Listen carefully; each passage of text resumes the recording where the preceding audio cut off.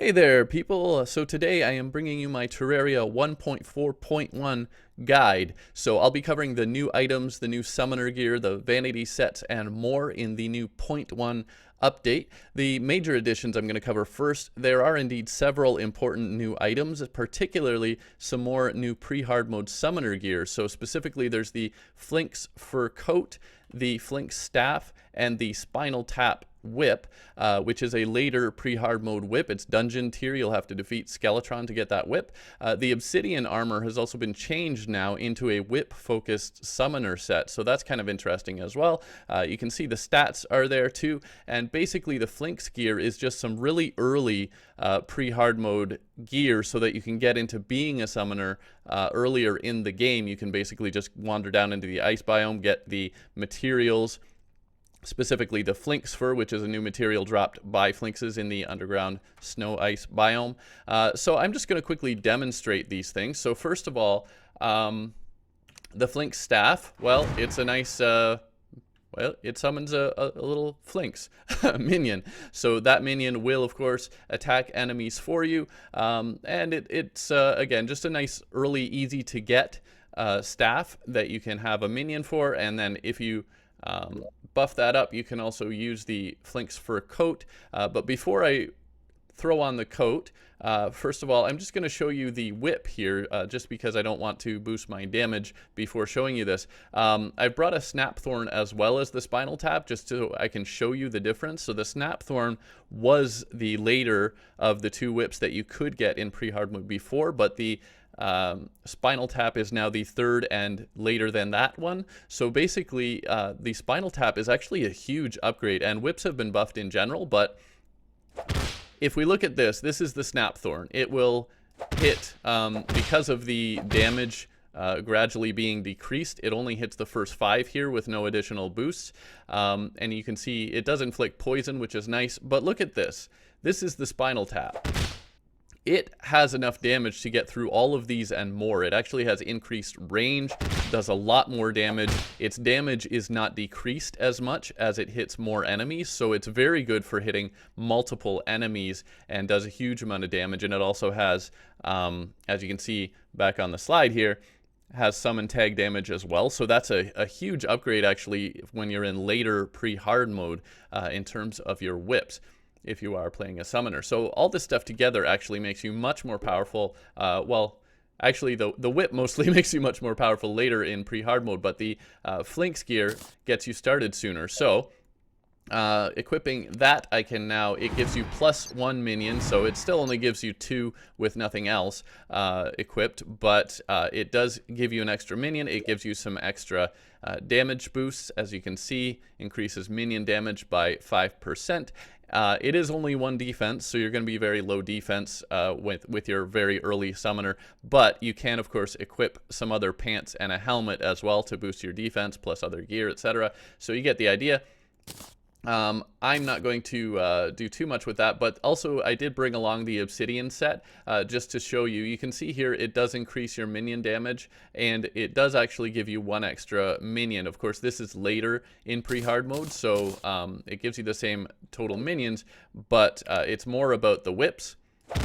And you can see, even with the Snapthorn, I'm getting 1 more dummy there, and I'm doing some more damage, and of course that's going to increase the damage of the Spinal Tap actually quite significantly. You can see that was getting about 10 on the last one before. Now it's getting even as high as 20. So that's basically what the obsidian gear is for. Plus it does also give you that extra minion.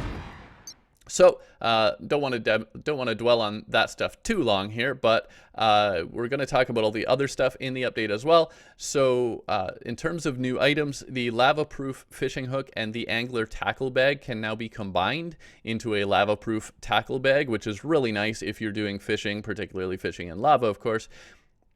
And that's just a useful thing to save you an accessory slot when you're fishing. Beehives and ant lion eggs can actually now be crafted and placed, which is kind of interesting. I don't know if you're just trolling your friends, what else you'd be using that for, but it's kind of neat. And of course, the thing that was teased well ahead of this update is the new Vanity Sets. So there are indeed 6 new Vanity Sets. They are winners of the design contest. They are all craftable in pre-hard mode with pre-hard mode materials. Each has a special lighting or animation effect. So let's just show you. I did put those on some dummies here as well, so you can kind of see the effects. They're kind of neat, and with those special effects, that makes them kind of especially unique. The TV head one, that little face changes depending on the situation, so that's something to be aware of as well. And the what's this one called again? It's the Capricorn set. You can actually right-click the foot gear portion of that before equipping it, and it will turn it between. Let's see. Yeah, I can't do that here. I can do that there, and it transforms into hooves, so you can have that as a tail or as boots, so to speak. So that's kind of neat too. They're just kind of unique, kind of special. You can see the little firefly effect around the Ronin set. So those are kind of neat. But moving right along. There is also a new Princess NPC, and there are new items to go with her. So the Princess will arrive if you have all of the other town NPCs except for Santa and the pets. You don't need to have Santa and the pets, but you do need to have all of the other NPCs, which means that you can only get the Princess after defeating Plantera, and you will, of course, also need a house available for her to move into. She will arrive... she sells vanity items, crystal, plant, furniture, paintings, and after you defeat the Moon Lord, she will also sell a music box. Uniquely, she apparently does not have any biome or neighbor preferences. Of course, 1.4 introduced biome preferences and neighbor preferences for the different NPCs, but these don't apply to her, which is kind of interesting because she's the newest one. But she is very happy to have up to 3 other NPCs nearby, doesn't matter to her which ones, and is liked by them in return. So nobody hates her. She loves everybody. Everybody likes her. So you can put her wherever you want, but she is unhappy if there are less than 2 other NPCs nearby, and that's a little mechanic that's changed actually. The NPCs would start to get upset if you had more than 2 NPCs before, and now they've increased that to 3. They're happy to have a group of 3. It's only after that they start to get upset with you. So if she is killed, there is a 1 in 8 chance that the Princess will drop the Resonance Scepter magic weapon. The wiki says it's a 1 in 8 chance. I had to murder maybe twice that many princesses to get the one that I've got. I did bring one along to demonstrate. This is, of course, again, going to be post-Plantera that you can get this. Maybe your princess will just die by accident. But I just wanted to be able to demonstrate this to you. And as you can see, it's quite powerful. Has an area effect thing going on there.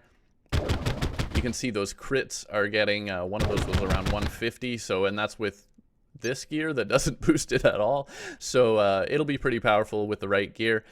And there are also 15 new achievements. So yeah, I arranged these in the order that they were sort of previewed in, but these are the actual lit up versions. So there are achievements for defeating Queen Slime, the Empress of Light, the Dread Nautilus, which is Blood Moon Fishing boss. There's also one for defeating the final wave of the Old One's army. Presumably that means tier 3, which means defeating Betsy, but the achievement is for defeating the event. Plus there are new achievements for crafting the Terraspark boots and the Zenith. There are achievements for encountering a fairy, talking to a town NPC who is at maximum happiness, throwing a party, petting a town pet, fishing in lava, flying a kite on a windy day, and entering a graveyard. There's also one for dying from a trapped dead man's chest. And finally, there's one for turning a gnome into a garden gnome, which means you find a gnome under or be in front of a wall or underground, and you get him to come up to the daylight. He turns into a garden gnome. There are also credits that are now shown after you defeat Moonlord for the first time, post this update. And there's a new music track that is played along with those credits, which is pretty interesting. And the official soundtrack has been updated with all of the new music tracks, including that one, I believe. So besides all of that new stuff, there are also some other big changes. Actually, quite a lot of changes for what's supposedly a relatively minor patch. There's an overhaul of vanity display visibility for certain items so that they no longer conflict or override each other. Basically, it means more vanity items can be shown at once, particularly ones on your back and certain ones that would be shown in your hand, so to speak. There's also a new rainbow cursor vanity accessory that you can get from the Empress of Light, if I recall correctly. It's not all the time. And there are quite a number of balance changes, as well as many other smaller additions, changes, and fixes, including changes to stats and other aspects of a number of items, accessories, and more. There are too many details to cover fully in this video, but for example, the fledgling wings can now be found if you can get them outside of journey mode now. The fledgling wings can be found in sky crates or sky chests, while the lucky horseshoe is now found underground instead of on the sky island. So they kind of swap the fledgling wings there in its place, but you can find the horseshoe underground instead. Much of the early game and early hard mode ore-based gear has lower crafting costs, which means it's easier to get, which means it'll be easier to gear up with your basic pre-hard mode, early pre-hard mode, and early hard mode stuff. Which is a nice change, actually. That was always a grind, and so it's less of a grind now. There's a rebalancing of many of the armor sets, including new effects in some cases. For example, the cactus armor has some interesting changes. You may want to try it out or look into that. There are quite a few melee weapons, particularly, that are buffed or improved. I don't think there were any that were sort of debuffed or devalued. So melee weapons generally got a bit of a boost. Many magic and summoner weapons were also buffed or improved. A few of those on each side were nerfed, which means they were they were lessened, let's say.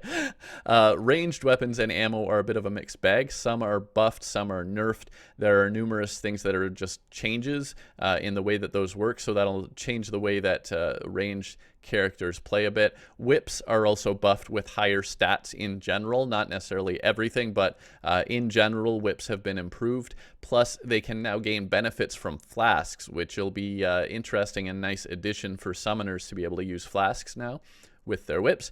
There has been a major overhaul of debuffs and enemy immunity to them, which is going to change up some of the more advanced gameplay in terms of what debuffs you use against your enemies and which enemies you use them against. There are adjustments that have been made to various mounts, including a major nerf of the Black Spot pirate ship mount, which honestly was arguably pretty overpowered if you were playing master mode.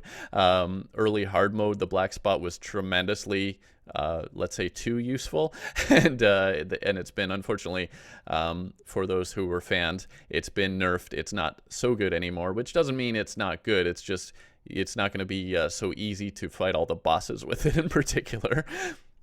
So all in all, this patch will actually have a surprisingly large effect on gameplay, on gear choices, and on your loadouts. So this update will probably change the way you play and might make new playthroughs kind of interesting and different. It's simply too much to cover everything in full detail right now, but I will have new guides coming over time, including boss guides and loadout guides. I am planning on redoing all of those for 1.4.1. So if you do want every single detail right now, just check the links in the description. I've got a couple links in there that will fill you in on all the details. And for now, I hope you liked the video. Thanks for watching. Please subscribe if you haven't already, and I'll see you next time. Bye for now.